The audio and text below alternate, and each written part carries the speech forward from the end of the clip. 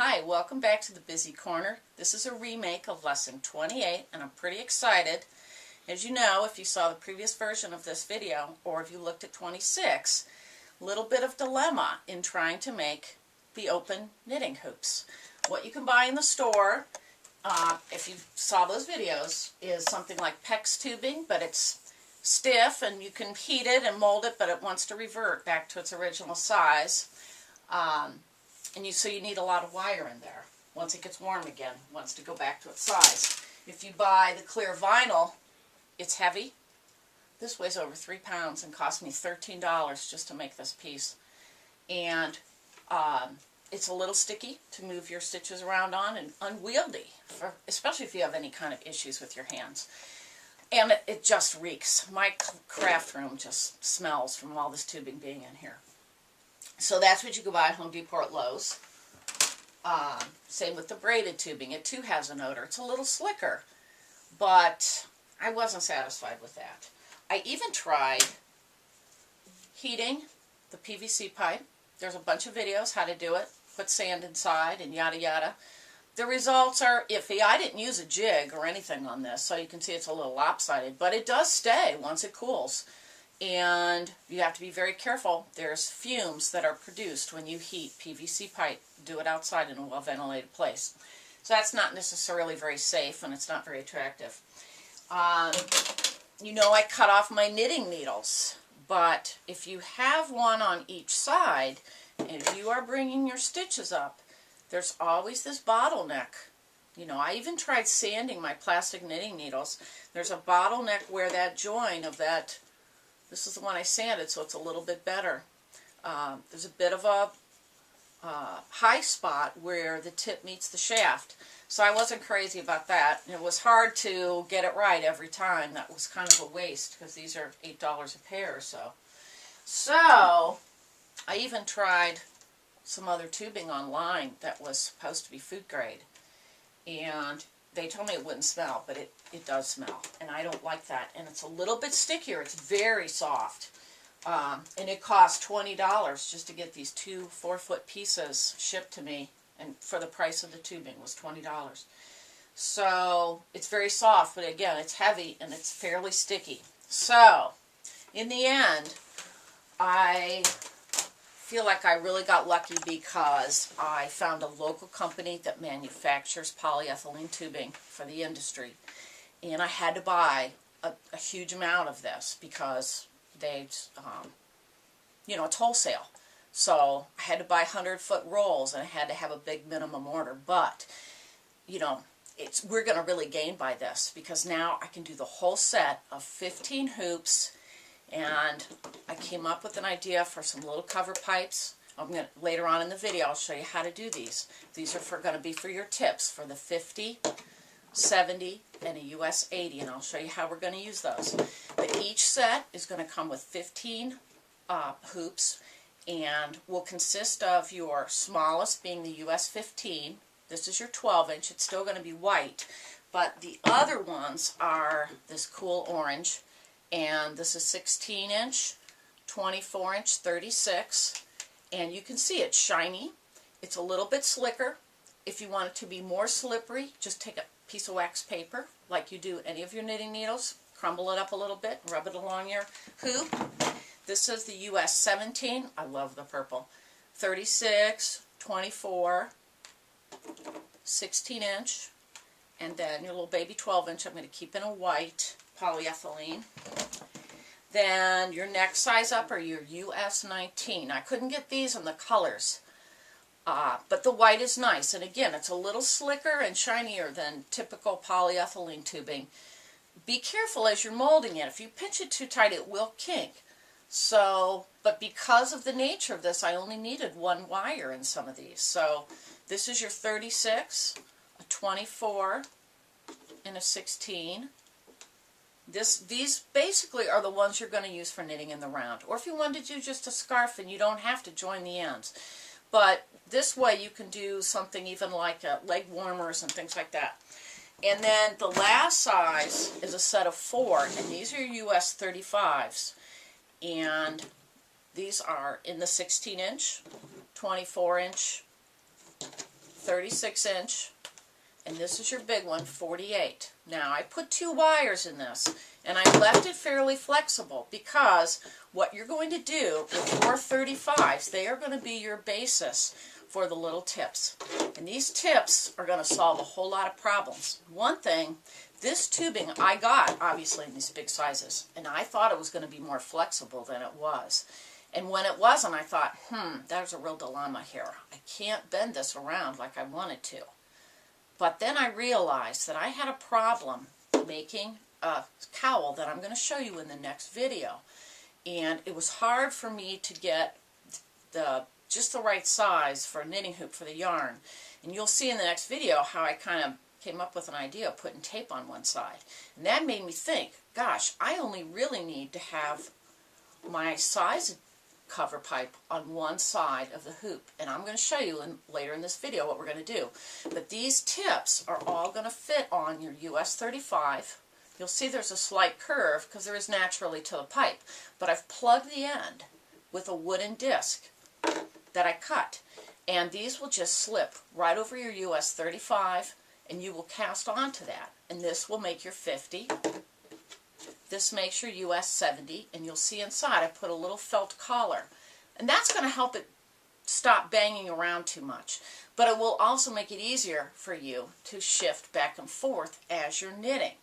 And you'll see that when we come back. But you'll see that they all have a little bit different collar, and they just slip on the end of your US 35s.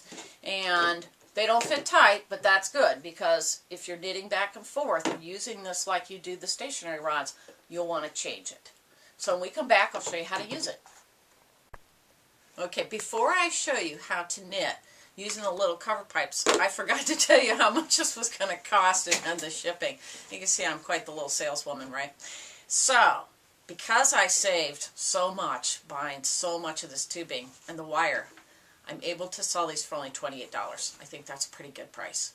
And that will be all 15 of your tubes and your little cover doodads, 3 of those, and all 15 tubes. And your largest size of tubing is going to be the 48-inch US 35. I think this is the only one we're going to need in this length. I might be wrong.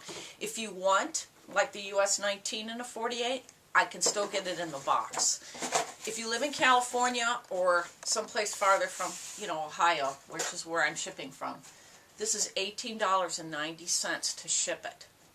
And if you live in a more local state, this whole thing weighs 5 pounds, and I'm shipping in a 24-inch by 13 by 4-inch box, and it'll run $9 to $10. If you send me your zip code and any questions about this, just email me at laurasbusycorner@gmail.com. Stay tuned, and I'll show you how to use the little cover pipes. Okay, we're back. This is the 36-inch long US size that's comparable to a US 35, and this is the tip. It's the medium size one, and it corresponds to a US 70 needle, and you're just going to slip it on to the side that you're casting on, and we're just going to put on a few stitches. So, like always, you make your figure 8, and we'll just use the long tail cast on. So you want to cast onto the size, the cover pipe.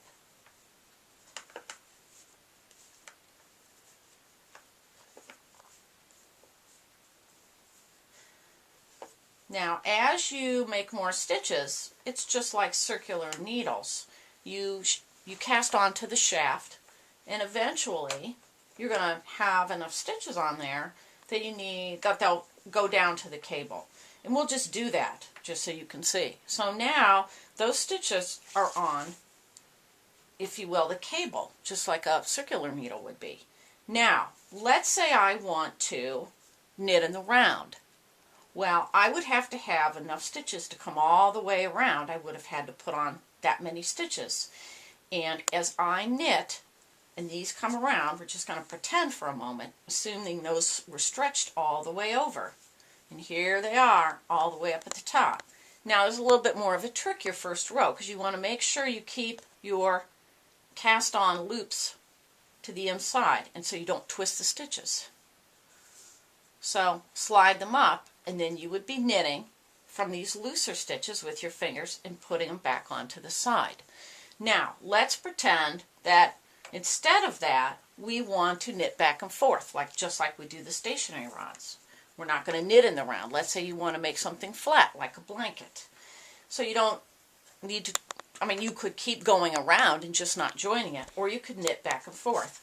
But when you do that, what you will do is, let's assume that you have on the cast-on stitches you want. So here is your working yarn and your tail. Here's your cast-on stitches. Now, normally on a cable needle, there's a taper here. Well, that would be the hardest thing for me to manufacture, or for you to try to make. And I tried numerous things. I tried funnels and you name it. I even tried buying wholesale knitting needles, you can imagine.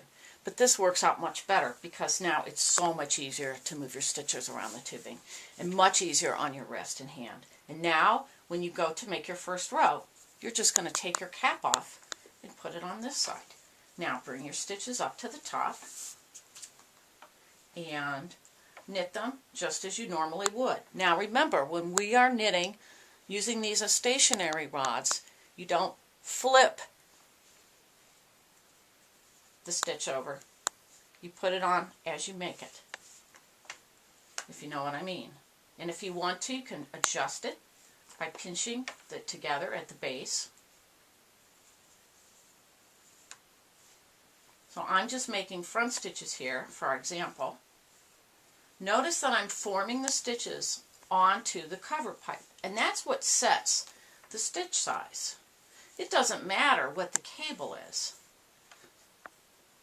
because once the stitch is formed on the shaft of the cover pipe, whatever knitting needle you're using, that's what determines the shape. If they slide down, there's no big deal. Now you're just going to lift this off, hold your stitches down to make sure they don't slide off the top, and move your cover pipe back to the other side. Bring it up. Make your stitch. Now the fact that they're joined helps keep them sliding all the way back down. You saw the first one wanted to slide. You just pull it back up with your hand. You want to make sure you don't pull it too tight as you're making it.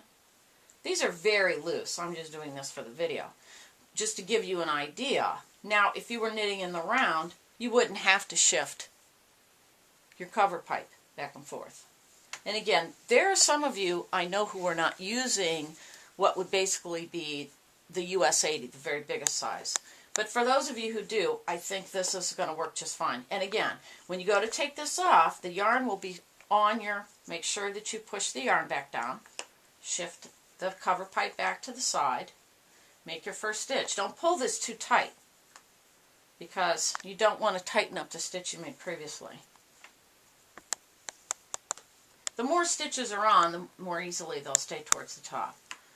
But they're not going to go all the way down because they're linked. And this is how you would use it, just as you would your stationary rods. And there you go. And this will hold probably more than you would get on a 36-inch cable needle, because you can go all the way to the top. And that's how you use your cover pipes with your US 35 needle. Thanks for watching.